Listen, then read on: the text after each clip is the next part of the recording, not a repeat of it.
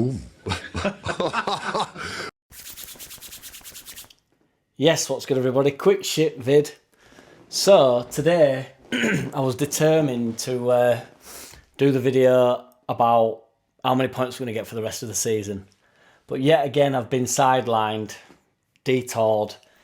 I had a couple of comments and stuff for the past few days about, because I mentioned Geldart yesterday and I was talking about Bamford and Harrison and stuff.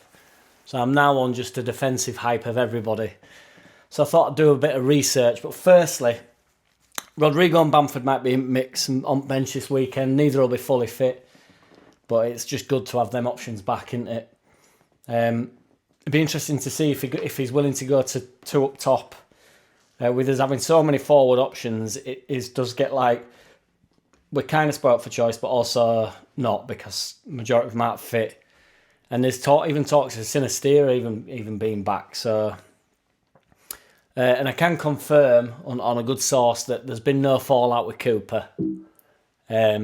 So, which I know most people slag Cooper off, but I was a bit gutted because they were talking on the radio of him other week saying that he's been seen in Boston Spa and stuff, and I was a bit gutted really. But apparently there's absolutely no fallout, and he's not that type of a character to even entertain that. So that's good.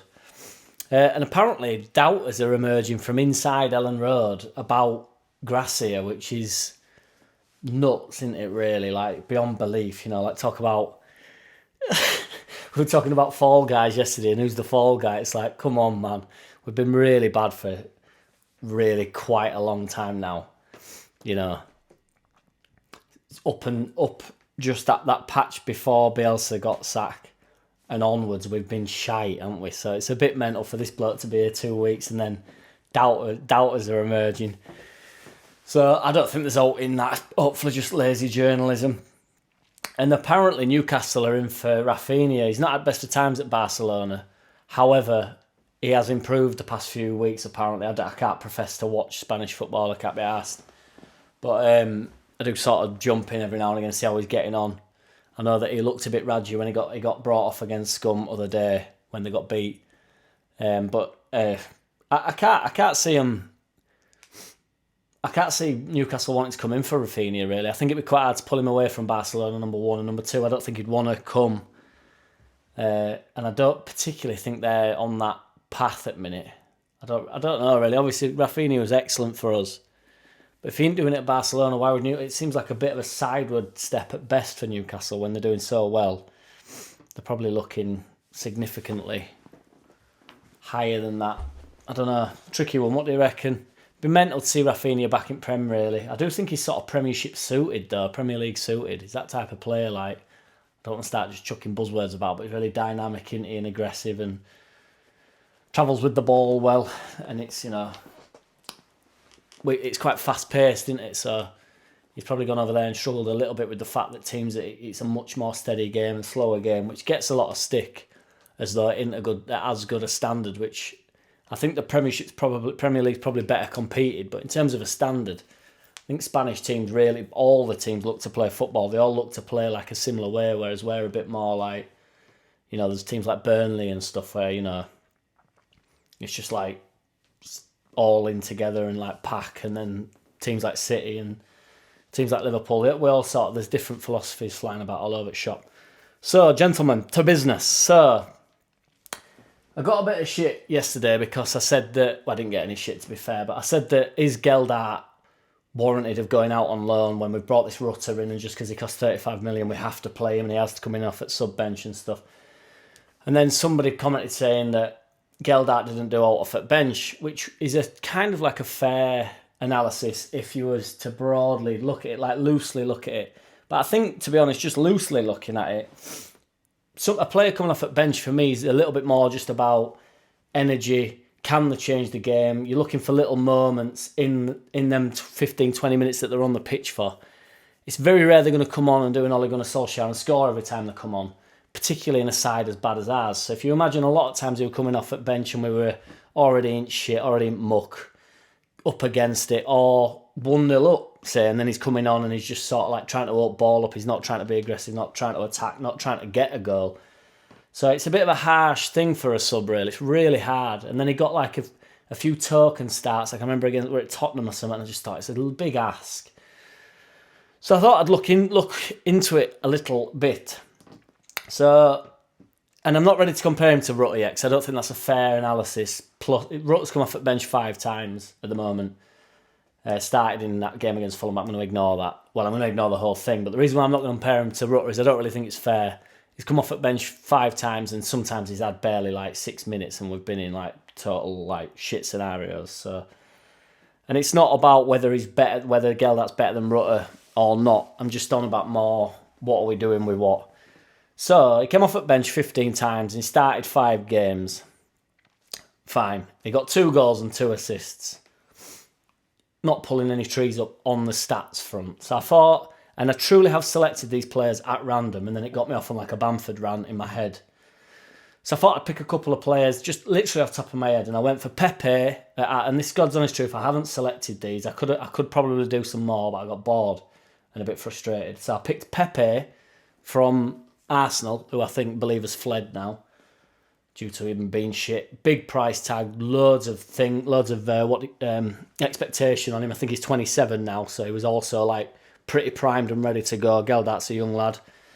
Pepe started 5 games and came off the bench 15 times, which is exactly the same as Geldart, but in a significantly better side. Pepe got 1 goal and assisted twice.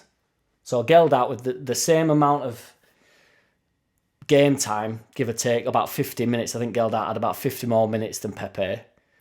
Got 1 more goal than him and the same amount of assists in a worse side. If we're being honest about it. The second player I picked was Iniacho, and I'm not saying Geldart's better than Pepe. I'm just saying I'm doing that thing again where we only watch Leeds, so you only see the bad and you only see the good and the great. And there's no like in between. You're not thinking about Pepe. I wasn't thinking about Pepe. I just literally brainstormed in my mind as quick as I could. And like the first 2 players that pop up, reasonable comparisons. I'm not going to go.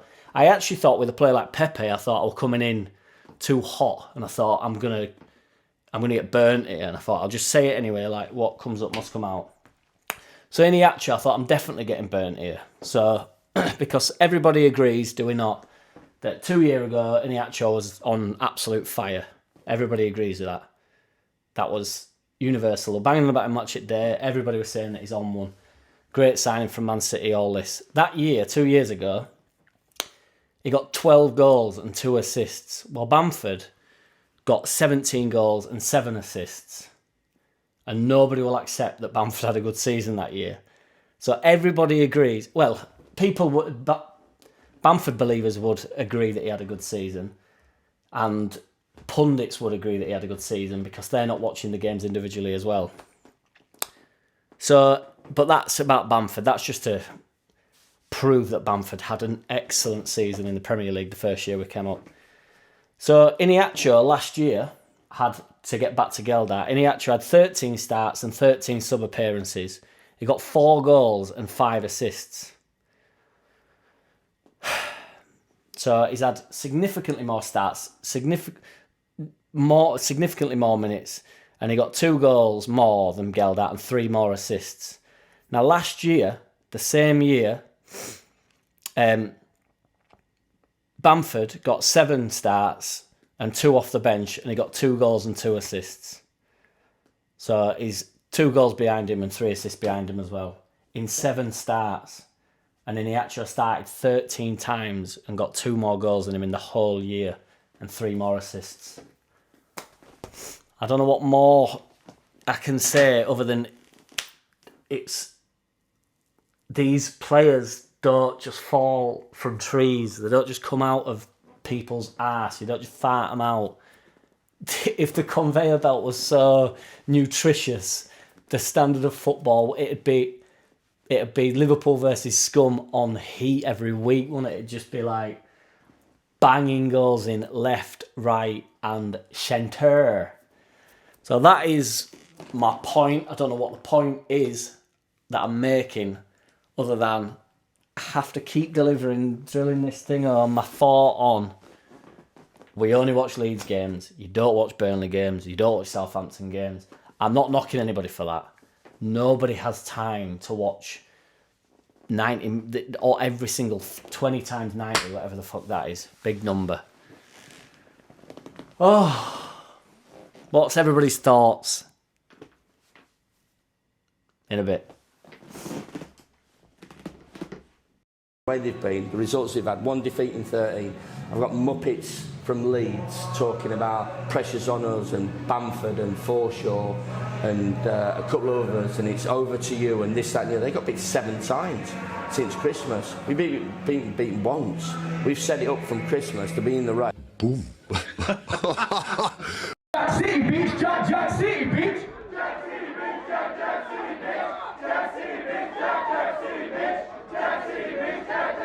Hey! I don't wanna play no games. No, I don't wanna play no games. No, I don't wanna hear your promises. You do you and I'll do me. That's just the way it is. Don't wanna ever feel surprised. That's why I ask no.